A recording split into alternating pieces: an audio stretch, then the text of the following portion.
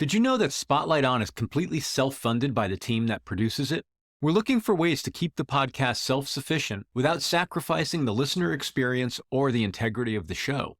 The best way we could think of was to ask for the support of our listeners. Please consider making a donation to help cover our annual operating expenses. Go to spotlightonpodcast.com and click the word donate. If you can, please do. And if you cannot, please continue to enjoy the show. We're happy to have you as a listener. Thanks.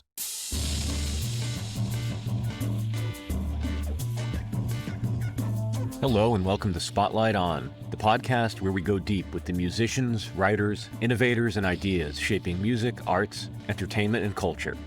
I'm your host, Lawrence Purrier. Today the spotlight shines on two artists who've taken the piano-guitar duo to bold new places. Sylvie Courvoisier and Mary Halvorson have just released Bone Bells, their third album together, and a fresh showcase of their uncanny musical connection. These two players come from different worlds, Sylvie from European classical traditions and Mary from experimental jazz guitar circles. But when they join forces, something magical happens. Their music shifts from delicate to eruptive, structured to spontaneous, with a shared musical language they've built over nearly a decade. Bone Bells takes its name from a line in Herman Diaz's Pulitzer-winning novel and carries that same haunting, enigmatic quality through 8 compositions that blend composition and improvisation in ways only these two can pull off. Our conversation veered from structured to improvised and led us to interesting places, a fitting companion to the new album. And now, Sylvie Courvoisier and Mary Halvorson.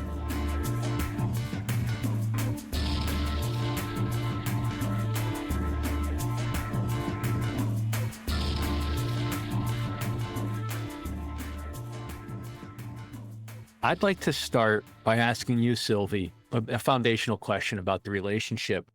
I'm curious how you and Mary first discovered each other and what sparked that initial interest in collaborating. I met Mary the first time between 2002 and 2006, I would say. She was still really young. She just moved to New York. And I heard her in duo with Jessica Pavone at Barbès. And already very young, she already had a unique sound. Mm. And I remember I went with Mark and we were like both say, wow, she's amazing. I mean, and it's also great to see that often when you have young students, even if I would say they don't have the technique, but you seldom find one who has already a unique way of approaching an instrument or unique. And Wow. yeah, and it always stay in my mind. And one day I will play with her. And after, Mary, we met after in festivals and we had a gig. As Mary had a gig at Cornelia Street Cafe and we played our first gig probably in 2016. So it took us like maybe since the first time I met her and until the time we played together, it took us probably 12 years. And it's funny because the same thing happened with Christian Fenez. I met him, but I played with him an improv gig, probably 2010, something like that. And he always kept, his sound always stayed in my mind. And after we did this record, Chimera, like in 2000, when was it, last year or 2 years? I don't remember. So sometimes it takes you a long time to figure out when is a good timing to make a band with this person. But it stays in your mind and and with Mary, it was always very strong. I always said, oh yeah, one day I would like to do something. Mary, I'm curious. It seems like to hear about that timeline, 2016 is when, you first started to really play together. And it does seem like in the intervening decade or so, you've made up for lost time with each other. We're on the third record together and you've obviously played. What keeps bringing you back to this ongoing musical conversation? So often in creative music, people don't get the luxury of forming these recurring relationships. And I'm wondering, what is it that brings you back? And I think sometimes when you have a collaboration, especially one that feels special, you'll just feel that you're not finished yet. That there's more music to write and more things you haven't explored. And I definitely felt that quite strongly with our latest record, where I feel like we were really starting to get the hang of how to write for one another, how to take more risks and explore areas we hadn't quite explored. So I don't feel that process is done. So I think it's a collaboration we both value. We're also friends. We have a lot of fun. We love to play and travel together and hang out. And musically, it's great. And it's really nice. We both do a lot of band leading. And band leading is great, but it's also very tiring and it can be a lot. And I think there's something nice about how easy it is to have like an equal collaboration where I feel we both pull our weight and compose equally and are equally excited about it. And it's just two of us. It's so easy to coordinate. Hey, when do you want to rehearse? Next week. Great. You don't have to wait for an email back from 10 people that said they're all busy at different times.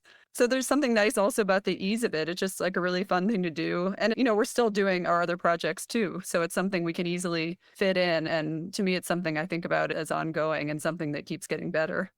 And I feel there is also a complementarity. Like now I'm practicing our duo music because we have a tour coming up in April. And it's challenging. I realize, wow, it's hard. And I like that. I go back to the music and I say, wow. And I think, wow, well, now I'm going to play better than the record. Because I realize like, yeah, my tempo here was speeding here was like that. And I say, yeah, now I can. Yeah, I've been working on it today too. Yeah, I like to practice. And I think our melody, I like the mix of Mary's tune and my tune. And I love her melody and it's really fun. So I'm excited to practice it and to go on the road with it. At the genesis of a project, when the two of you decide, okay, let's, it's time to come together, let's make a record. How do you approach the writing and composition? Are you starting with fresh material for this duo? Do you bring in something you've already written or is there no set rule? But like, how do you think about composing for this particular arrangement? There's no set rule. In the past, I have recycled some old ideas that I was going to use for something else and it didn't pan out. And I saved things like that. So I thought, oh, this could work for the duo. Other times it's totally a clean slate. And I just try to think about areas we haven't explored. I also think about the context of the album. So if I know, say, we've written 4 of the tunes already, we need to write 4 more, which is how this last one happened. I thought, what don't we have yet? Oh, we don't have a ballad. Or in Sylvie's case, she thought, oh, we don't have a waltz, and she wrote a waltz. So we tried to find spaces that we hadn't covered. And so thinking about the album as a whole and how to make it cohesive and how to have it go to a bunch of different musical places without it feeling disjointed, and also different ways to integrate improvisation into the music. So, it's not always like a melody and then pre-improv and then a melody, and it's not always a melody and then improvise over a form and back to the melody. We try to find different ways to weave it in so that the improvisation is happening differently. So I'll also take that into consideration when I'm writing, is like what exists already and what spaces don't we have. Your comment, especially around form and not sticking to like the rote, like theme, improv, theme structure, is something that's very striking about certainly, if not the entire record or all 3 records, but certainly there's moments where it feels so free. I don't necessarily have the musical vocabulary to articulate it, but you can feel the lack of a net, the adventurousness in the collaboration. Right. I think that as a listener, that's what I'm drawn to, is just that feeling of, wow, it's a guitar, it's a piano. Yes, maybe there's some effects. Yes, maybe there's some processing, but it's 2 people and they're going. And it's good. Let's go for this ride with them. Sylvia, I'm curious, could you tell me a little bit, and I'll give you a little context for this question. I talk a lot about process with artists, and so if that's annoying to you, I don't mind if you say so. I love to understand a little bit about creative process. When you bring a piece into the room with Mary, what are you bringing? Are you bringing a fragment? Are you bringing a melody line, or are you bringing sheets of paper? Oh, I bring like sheets of paper. I send the music to Mary before so she can shed. We both need to shed before we meet. Yeah, none of it is sight readable at all. Yeah, so it is challenging. So basically, we both send each other finished tune, but what we don't decide is how the improvisation will exactly work. And sometimes I harmonize a little bit different, or she tells me, oh, here I would prefer that. This double stop is not possible. Here I prefer this chord. So we work on that together. But the whole piece, her piece is all finished. My piece is all finished. What we do is like maybe change 20% or 15% of the tune by rearranging our own instrument. Yeah, and so like on my tune, Sylvie will often add like a harmony part or thicken out the piano chords. And it's great because I think, neither of us feel like an uptight sense of ownership over the pieces. Like I've never had her harmonize a tune of mine and not liked it. But I always ask you if it's okay. Yeah, she always asks. And if it wasn't, I would have no problem saying it. I think we have good communication, but also it's cool to present the piece to the group and then see that even though it's composed, there's still quite a few changes that might happen in the rehearsal process. And they might be Sylvie's ideas on my piece, and they might be my ideas on Sylvie's piece.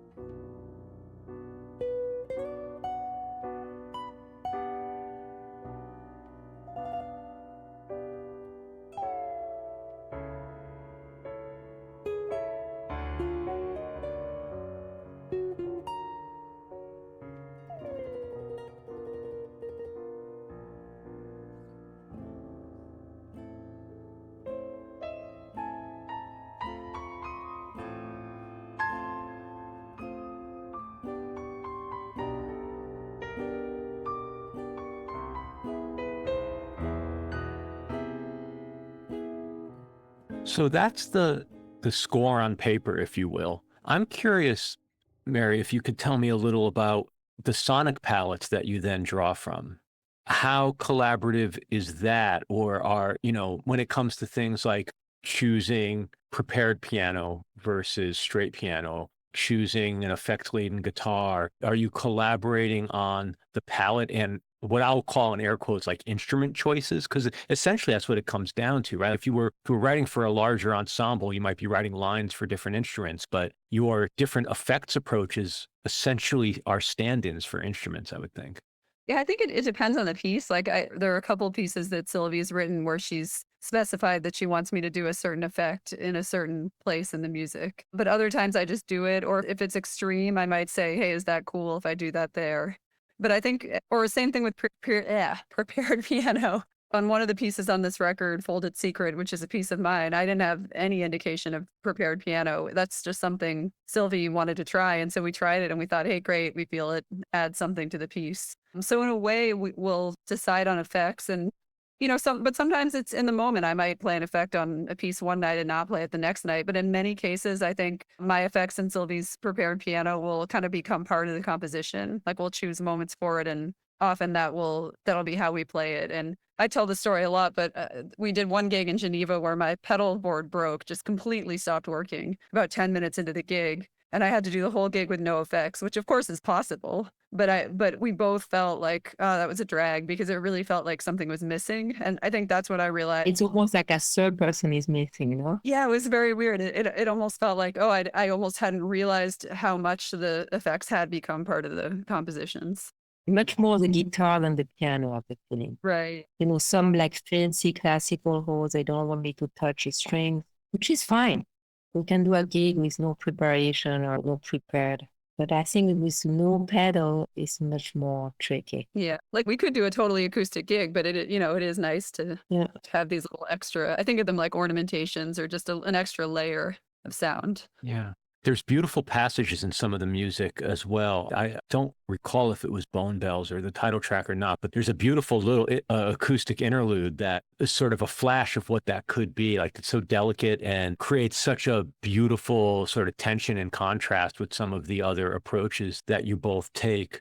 Sylvia, I wonder, you and Mary are improvising together. What are you listening for in her playing? What's your rooting in her playing? Yeah, I know her sound, and I love her large interval and her approach, and her unique sound. That's what I look for, maybe. Her playing is very free of cliche, so I'm always curious about that. And for improvisers, do you rely on? These are bad examples, but do you rely on cues or signals, or is it entirely sound that you're looking for?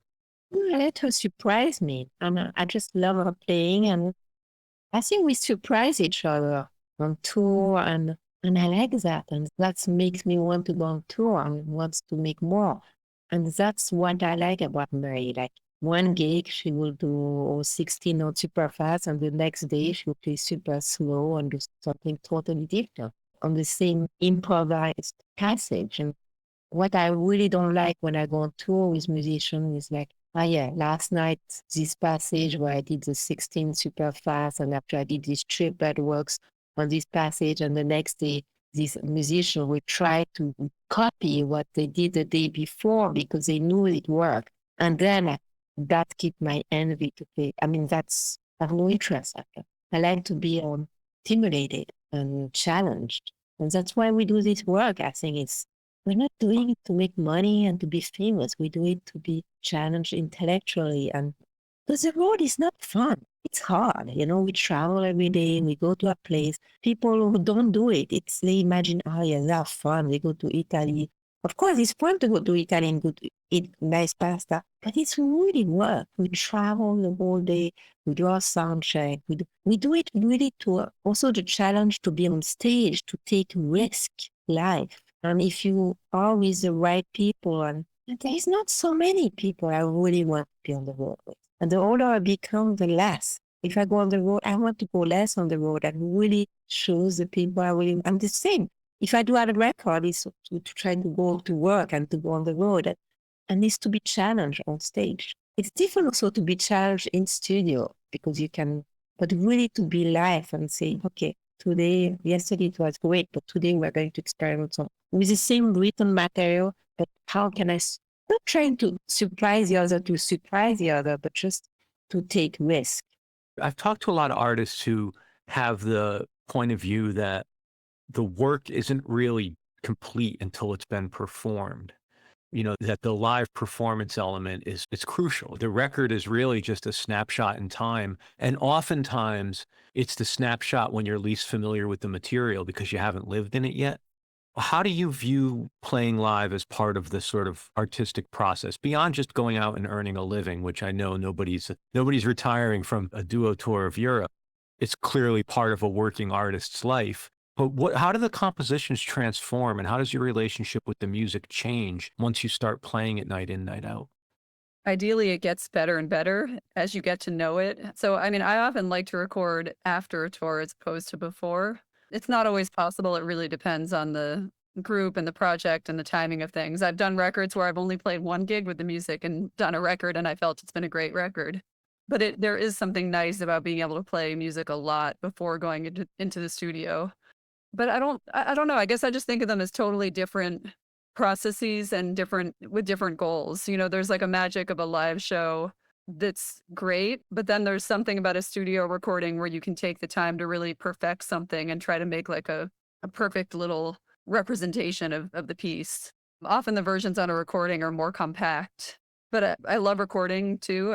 I really like both. So I guess I just think about them as two separate things that I do. But of course they feed into each other because I do believe the music gets better and groups get better the more you play. Our first record, that's a good example of the first record I did with Sylvie. We did one gig and then we recorded. We probably rehearsed a few times, but we didn't have that much experience playing together at that point. And I do like the record, but to me, it feels like it's not maybe quite as developed. And by the time we've gotten to the third, we've played together a ton. So I feel like the record reflects that. I think you can hear that on the record a little bit more, the development of the music. And that all happens on the road. Sylvie and I do rehearse quite a bit, but with some of my groups, my larger groups, sometimes it's really hard to get people together. Like in my group, Amaryllis, Nick Dunstan, the bass player, lives in Berlin and everyone else lives in New York. It's almost impossible to rehearse. So we work it out on the road. And that to me is, in a sense, it's not really a rehearsal, but it kind of functions that way because it grows as you do the gigs and you're kind of forced to just make something happen right away and then watch it grow. So I do enjoy that. And there's something cool about that because you don't really know what's going to happen, especially if it's sort of under rehearsed. But Sylvie and I rehearse a lot and that's great too. So I think each project is just different.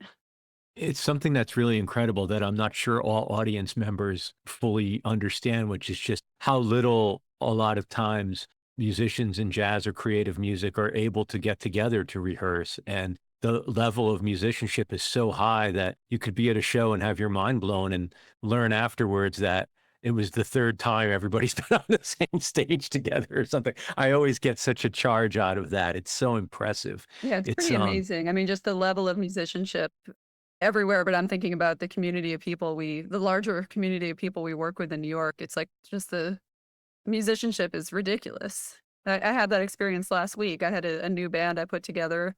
We did one rehearsal. I wrote all this crazy music. Everyone just nailed it. And we did this gig. It was great. And, it was the first time that at least with one of the musicians, it was the first time we'd ever played. So I feel lucky to be able to have those types of experiences. Yeah, that's incredible. Sylvie, tell me a little bit about the guitar piano duo more generally. When you and Mary were talking about working together and started working together, and even now that you've got a multi-year dialogue, are there other precedents that you point to specifically in that duo format, or are there other more broadly musical touchstones that you talk about and that you refer each other to as just sort of guideposts along the way for what you're doing together? I think Mary and I, we both are a big fan of Undercurrents with Bill Evans and Jim Hall. And I think we didn't try it, but I think it's a marvelous album. And their interplay is so great. But which year was it, Undercurrents? 60 something? We didn't try to copy or get inspired by that. But I think there is some other duo that we like also, like Julia Lage, Fred Hirsch, and there are a few. There is also, but there is not so many because I feel like people imagine guitar and piano won't work because they're kind of similar. People prefer to play with two guitar, two piano but I think there's something, it's similar, but because they all have their guitar and piano have their harmonic approach and their rhythmical approach and percussive approach, but they're very different in a way. And I think with piano you have an orchestra, but with guitar too. And I like that we have two orchestral instruments, but still the electric side of the guitar. And I think we can make a whole world. Yeah. And I really like this approach. Yeah, I perceive that as a listener as well, that there's such a range of, it's just a broad palette you both choose from, both because of your approach and style on your instrument, but because also your fearlessness of processing and effects and prepared piano. And it just gives you so much to draw from. And as I was listening back over the three records, it occurred to me that this duo setting in particular benefits so much from being a duo. Like I couldn't imagine the addition of a drummer. There's such rhythmic quality in what the two of you do, but it's also, sometimes it's more implied than explicit. And I don't know, there's a lightness to the music, even when it's complex and there's a lot of interplay between the two of you, that the duo format really works for the two of you. And as a listener, it's really exciting. And it's been really interesting as I've prepared to speak with you to go back over the three records. And something Mary said earlier, I'll badly paraphrase you, Mary, so you could send me hate mail. But the evolution, basically, of how the two of you play together is very evident, especially in the new record. Like if you listen to Crop Circles and this back to back, you can hear the evolution. What's the intention there, Mary? Like, how do you clearly you both are accomplished composers, accomplished improvisers. What do you get to explore here? And again, I'll go back to something you said earlier in the conversation that keeps you coming back to it, whether it's the element of surprise or it's the relationship between the two of you. But what do you get to explore in this particular setting that's different from what you get to do in other places?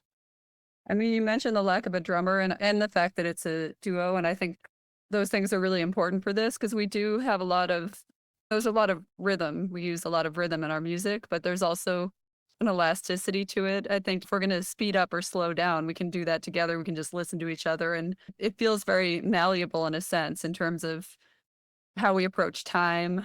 And that's just one of the many things I feel like that we're developing the more we play together. But I mean, I don't have any like grand plan or goal. I think for me, it's just, we don't want to create the same record over and over again. So we're challenging each other to just make the best record we can make in the moment and be in the moment with it. just the fact that we know we have more to say. As a duo, I think that's what keeps us in it. I definitely don't have any grand plans. It's more like, oh, I have some ideas. Let's do this now. Or at least that's how I think about it. Do either of you go back and revisit the other two records, or do you as part of putting together your live presentation? Yeah, I have already listened to Crop Circle or Disappeared Hour since we put it out. Yeah, I don't think I have either. I mean, it's funny. We were just talking about this. You get so sick of a record when you're making it because you have to listen to it 5,000 times to choose the takes and do the edits and mix it and master it and sequence it. And by the time it comes out, you don't want to hear it. I hardly ever put on records that I'm on. So sometimes you'll hear an old record, but it'll be more by accident. Like it'll come on or you'll stumble across it somehow. But maybe that would be like 15 years after the fact. Or maybe you need to reference it. Like maybe I'm practicing one of the songs and I forget how something went, and I'll try to go reference it. But yeah, I think neither of us have listened to the old records in quite a long time. It's funny because we still play live some of the tunes from the older records, and I'm always surprised at tempo.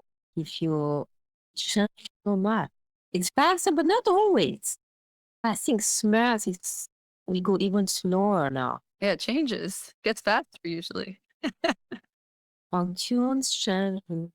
I think it all goes more in the extreme, either faster or either slower. Yeah, that's true. It's interesting. So because talking about this recurring theme of surprising each other and keeping surprise alive in this collaboration. And it sounds like even the tunes can surprise you. When you come back to them, they can speed up or slow down or reveal themselves. And also there's some tunes which they don't survive. They don't last. You get tired of it. You say, no, I don't really want to play them. It's not done. And I feel some tunes deserve to be still played and some not. Yeah. We'll be back with more Spotlight On and Sylvie Courvoisier and Mary Halvorson right after this break.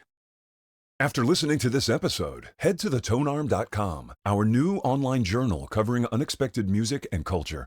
This week on The Tone Arm, Six Missing's TJ Dumpser describes how ambient music invites listeners to step outside the stream. Alex Apollo Ayala discusses his unapologetic new album, embracing his Afro-Puerto Rican roots and the jazz tradition. And musician provocateur Julius Smack explains how a complex relationship with digital existence influences his music.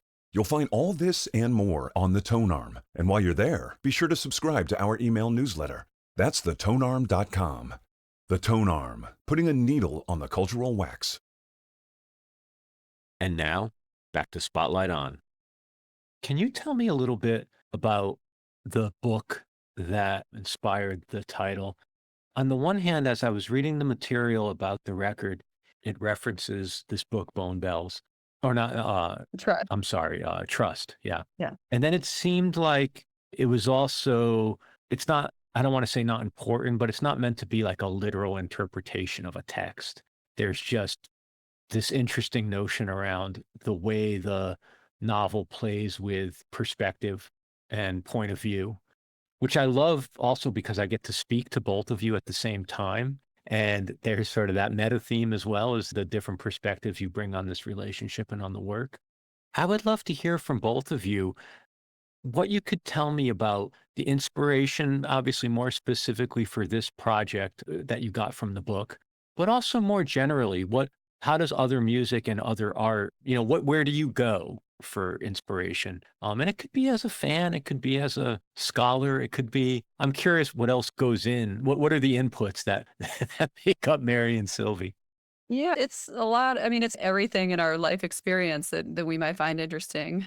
I read a lot of fiction, so that book was a book that I read that I thought was really cool, which is basically tells the same story from 4 different perspectives, and you see just how insanely different the same story is to these different people. It's a really great novel. I really liked it. But the Bone Bells, I like when things have multiple meanings. The meaning, you could bring that to music and say that everyone hears our music really differently, which is definitely true.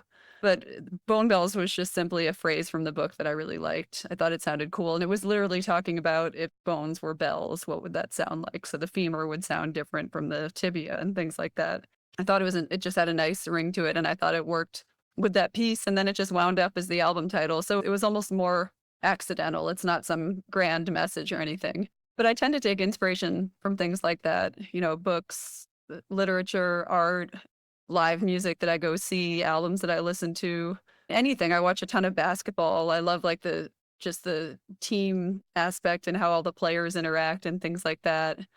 I study astrology and tarot, and I get some inspiration from that. But for me, a lot of this inspiration, it's not literal. It's more just these things are floating around in your head, and somehow it might wind up in the music in a weird way or not. But I'm usually not thinking like, I saw this painting and now I'm going to make music as a response. For me, it's very rarely that literal. Something I talk to artists a lot about is this idea, especially in instrumental music, about song titles. It's just a quirky fascination I have. And I wonder, Mary, do you collect song titles? Like, are you the kind of person that has a little notebook with turns of phrase and things written down? And Yeah, I have thousands of titles. I have lists of thousands of titles, yeah, which is great because then if you need to title something quickly, you just go through and say, oh, I like that one. But I love it. To me, that's a different artistic process that I really enjoy is titling songs. Some people hate it, but I really like coming up with titles. I'm always really disappointed when an artist says to me, yeah, the producer named the songs or like somebody else named the songs. And I'm like, oh, I wanted the romantic backstory. Do you ever write to the title? Do you ever start with a title? Yeah, sometimes I do. I don't have it's always different. Sometimes I add a title after the fact and sometimes I start with one. Usually I start with one. Yeah. And Sylvie, did you spend time with the book, or was this because of the novel's name, Trust? Did you trust Mary's concept here, or? Totally trust Mary's concept. For me, sometimes the meaning is less important than the sound of the word. And I like the sound of bone bells. I think there is something very magical, and I don't really imagine a bone and a bell or something. I thought they are very. And sometimes like also float queens. I don't imagine Mardi Gras and a float. I just like this. Like Ned asked me, "Oh yeah, why is it called float queen? Is it a reference to Mardi Gras?" And no, and I said it sounds good, and queen and float it works together. So. Yeah, and my inspiration, the same thing. I've also a book of notes where I go to a museum and, I'm inspired by painting and I write the name. Now I wrote all the names that Trump and all the world were no more allowed to say like activist, advocate, anti-rat. So that could be also all songs now. It's all for futures or like at risk. You are no more allowed to say at risk. And it's what we do all the time.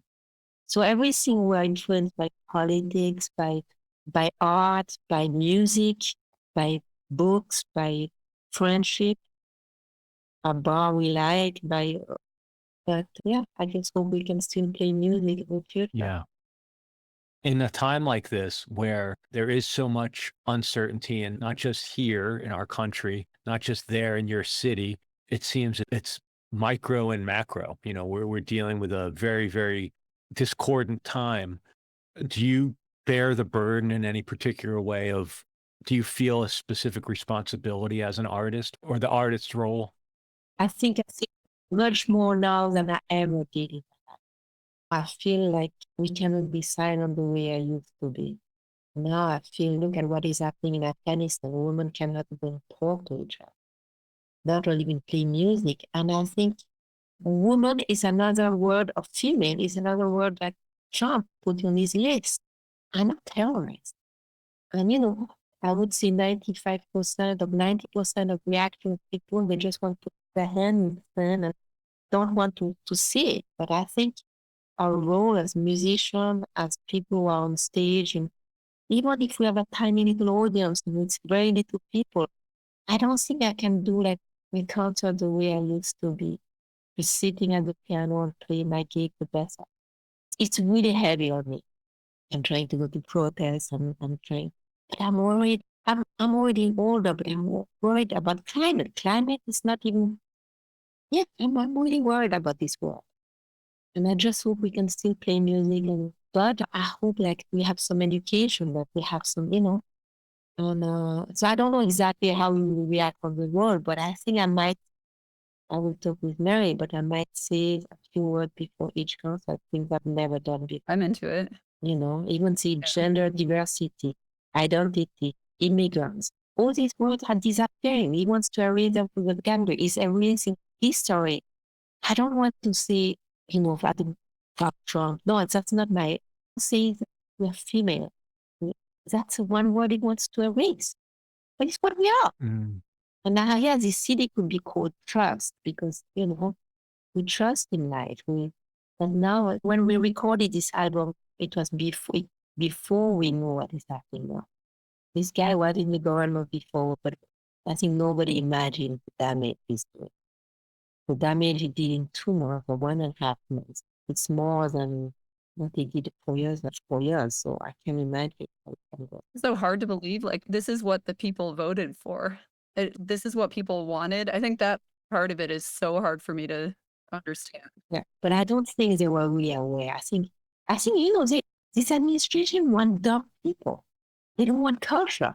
And that's Obama, this type of people, they were making fun of Trump because they were thinking, oh, nobody will care about that. But there's so much frustration. I think people who voted for him, it's what I hope. They didn't really realize what is going now. They were just hoping to pay less, they wanted a daddy. They want someone who talked like them. That's good. That's very good for you. I'm a good person. You're a bad person. That's this type of language they want to hear. They didn't want it. They're tired of intellectuals. They're tired because it's not, maybe they didn't have access to good school. They didn't have so much education.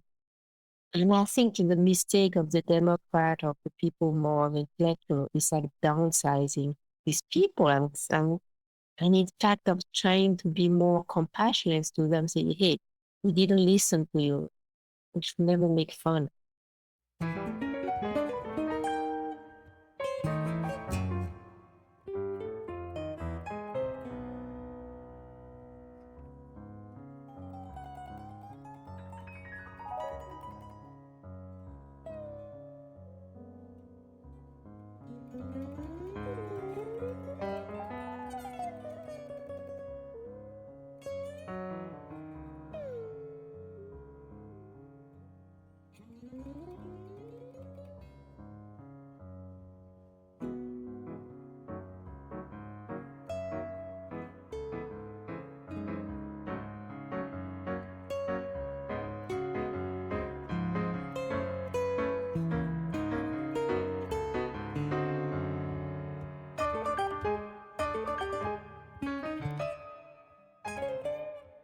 There's a lot of animosity.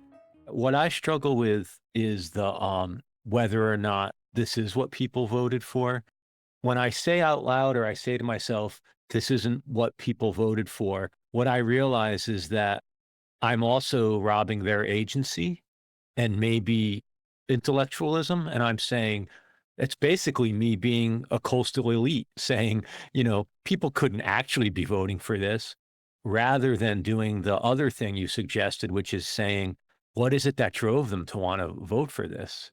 It's so hard to find the empathy in moments like this. It's so easy to say, why would you do this? Like, this country has more than enough for everyone. It's just the way we divide it up. Nothing's scarce here. We have everything. We just don't give it to everyone. It's very difficult. But it's, everyone's so emotional now and so upset, and it's become so divided. And I think, it's not only artists. I think it's everybody's responsibility to speak up. Like, we need a lot of people speaking up if anything's going to change. And it would be especially powerful if people that voted for him said, wow, I was wrong.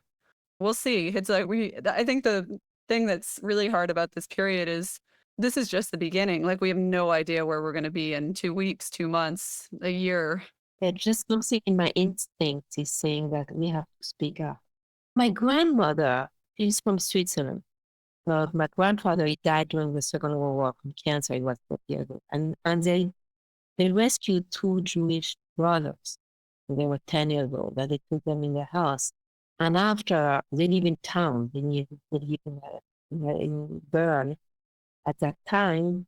And there was a lot of neighbor who was denouncing, saying, so basically in 43, they had these kids for 6 months in their house, and they were trying to put them to school, trying to, But after they realized, wow, it's dangerous for them. So what they did, they brought them to the mountain and give them to a family there in the mountain where there is no neighbor. And basically, these farmers used them to work in at the farm, and they couldn't go to school. They just had to work at the farm during the World War II. But at least they saved 2 people. And I think now we're at the point with that, who can we save? And I'm ready to take immigrant in my house. I'm ready to do stuff like that. And to be really compassionate and empathy. And I'm going to protest. I'm going to do my little thing. I'm trying to talk to people. I know a friend who voted for Trump. It's really hard to tell it's a friend. But I realized she never talked about it because she's silent now. I appreciate you saying that because the anger in me isn't going to be constructive if, like, we want, to Mary's point, we want people to speak out and say, I made a mistake, and that's the hardest thing to say, or to say, this isn't what I wanted. They won't say, they would say, oh, no, I didn't vote. I like Kennedy or whatever. It's just, they were brainwashed. I think they were brainwashed and they were hoping for. But when they will have no more Medicare and all that, it'll be too late. It's much easier to dismantle than it is to build. Mary, I wanted to ask you, you mentioned when we were talking before about inspiration, which I think kicked off this part of our conversation. You mentioned that you read a lot of fiction. Do you have any other practices? Do you have a spiritual practice? Do you have a philosophical practice? Like, do you meditate? Do you do yoga? Like, are there other things that, that open you up, I guess would be the way to say it. I think of all those, I think of even reading philosophy as means of opening the channel, right? Opening the creative channel to everything around us. And I wonder if it's not too personal to ask, do you have any pursuits in those regards? No, totally. I think I try to think about ways that I can live a relatively stress-free life, because I think life has a tendency to be very stressful. So yeah, I do yoga 5 days a week. For me, a big part of it is exercise, like strengthening my body. But also part of it is, for me, relieving stress, because it does. So I'll work all day and then I'll do yoga. That'll be like the last thing I do at the end of the day. I'm also not addicted to my phone. And that's something that's been really important. I try to have like minimal involvement. Like, I have times when I go onto the computer to do something, but not just be on my phone all the time, because that's something I really don't like about where the world is at. And I think more times than not, and I've been there, I have had phases of my life when I have been addicted to technology. It's just, it doesn't make anyone happy and it's stressful. So I think once I figured that out, that was something I was able to do that helps. I don't look at my phone when I get up in the morning. I don't look at my emails or anything, and probably until about 11 a.m. and not after 9 p.m. So things like that, I think for me, it's just trying to have like self-protect and have like a little bit more of a healthy lifestyle. So yeah, I guess those are some things that I do. It's interesting. As you were saying that about not looking at email, the thought that came into my head was, I can't imagine many people go into the arts to like have administrative tasks where they have to go through email all day. But we do, yeah. I mean, we're all our own managers. I mean, that's the thing. There's so much we have to do that's not music. Yeah. And it could take up the whole day easily. So it's like, I'm also a very organized person, so I'm able to compartmentalize these things and get it done. But I think it can be overwhelming for people because you're your own manager. Like, most musicians are just doing everything. They're promoting themselves. They're booking their own gigs. They're all kinds of things that aren't just practicing, which is what we would like to be doing all day. I love that the last 2 records have come out on Pyroclastic. It's such a beautifully curated label and collection of artists that are putting out music there. I guess it's a 2-part question, and I'll start with you, Sylvie. Is it important to you where you put out the music, or are you just happy to have anybody who will take it to the world, which I suppose is valid? Chris is a good friend. And when she asked me to do a record, I said, sure, let's do the deal with Mary. And we did the first one, so it was logical to do the second one with her.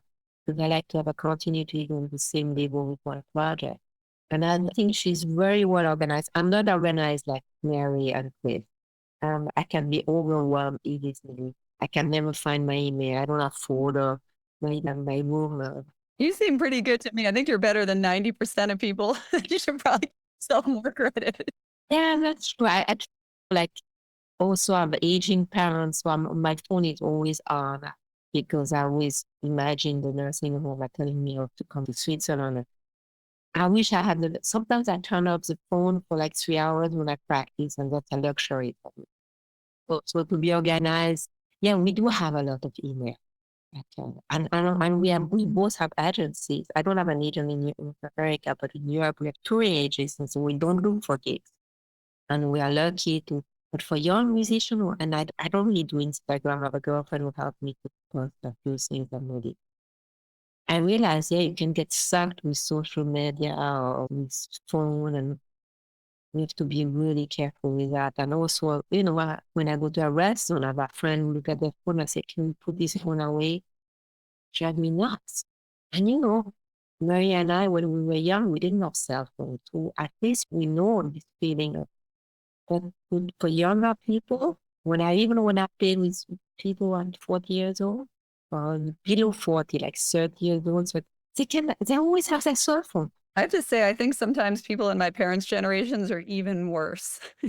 Yeah. I think there's a sense where like, it's like a new toy. Like, yeah, I know some people in their 70s, 60s that just are completely beholden to their phones. It's very interesting. They didn't grow up with enough I actually feel for those people because it wasn't a gradual adjustment for them. It was like a light switch. They got dropped onto social media. They got dropped onto having a cell phone. They didn't have a more staged progression of going from a computer to email to maybe the internet. I don't know. I think it speaks to some of the alienation that's part of the conversation we had earlier, that these tools and these technologies are so powerful and can be so additive, but we just don't have good hygiene as a culture. We don't teach people how to be citizens and how to be engaged with each other. And so you get this thing dropped into your hand that has, it seems like the whole universe available. Without proper training, how do you not get sucked into it? Yeah, I think it's an addiction just like cigarettes or something like that. It's no different, really. Yeah. Yeah. Well, listen, I appreciate you both sharing some of these types of thoughts with me and for making time. But what I appreciate the most is all the music. It's so incredible to be able to spend time talking with you. And I thank you both so much for the music and for your time. Yeah, thank you for the thoughtful question. Thank you so much.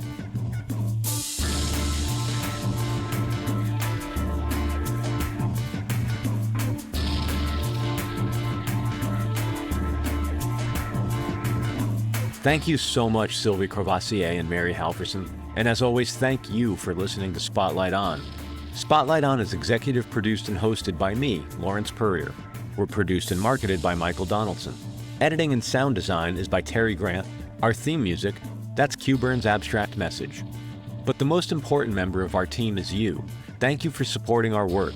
Please rate and review us wherever you listen to podcasts, and then visit us online at spotlightonpodcast.com and explore the free episode archive. Thanks for listening, be safe, and stay in touch.